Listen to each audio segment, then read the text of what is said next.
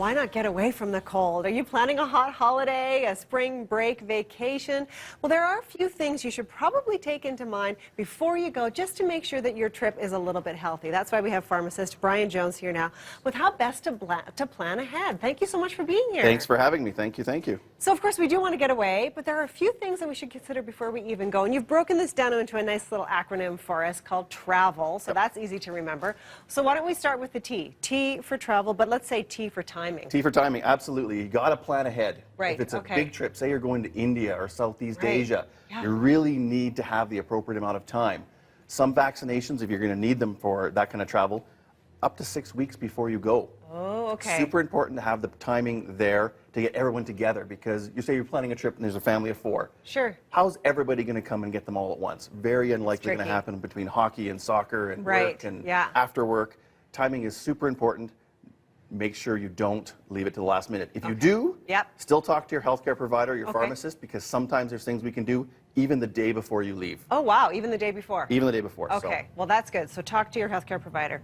Okay, R for research. Yeah. Learn a little bit about where you're Where going. are you going? Yes. What are the potential risks you might come across? Okay. Maybe it's not good for kids to be going to these places, or maybe it's not good Right. for whatever the reason. Maybe it's monsoon season, typhoon season. Right, sure. Those things happen, right? Absolutely. So do you really want to go when there's a potential for a potential disaster with weather? Right. Know your destination. Okay, keep that in mind. Okay, how about A? So this is avoid.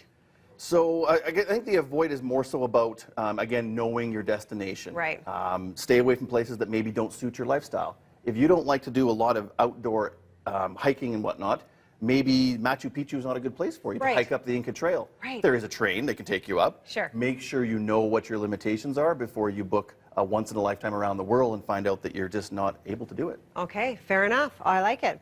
Okay, so then we can go to the vaccinations. So we sort of touched on that Yep. as well.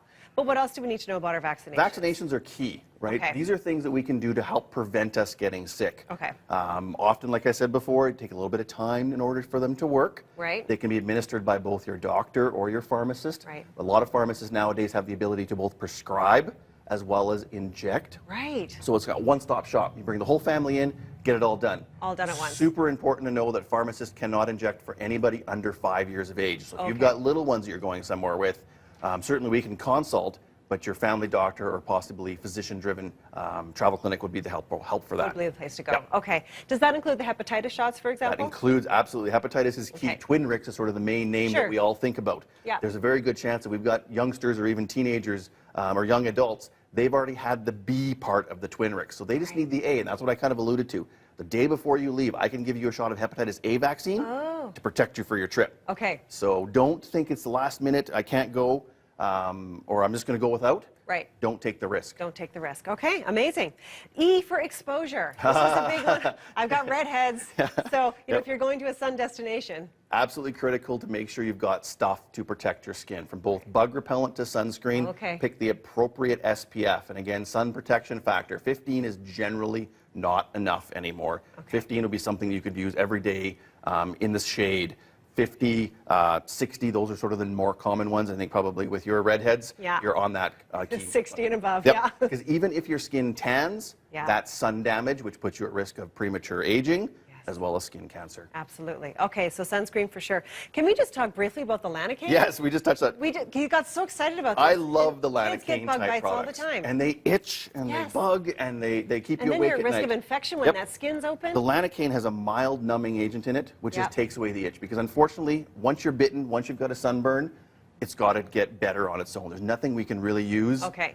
to help it. And I find lanacane is one of the best products out there. Okay, fantastic. And then very quickly, finally, L, lists. List. Create those lists. Make a list. Every time you travel, think, oh, I forgot that. Put it in your phone. Everybody travels with their phone Sure. nowadays. Say, this is what I'm going to remember next time. And before you know it, you're going to have a complete, comprehensive list that as soon as you plan a trip, you'll be able to print it, pack it, and everything will go smooth. And you're sorted. Perfect. Brian Jones, thank you so much for being here. Thanks All for kinds of having great me again. information. Wouldn't it be nice to go on a hot holiday, Andy? Oh,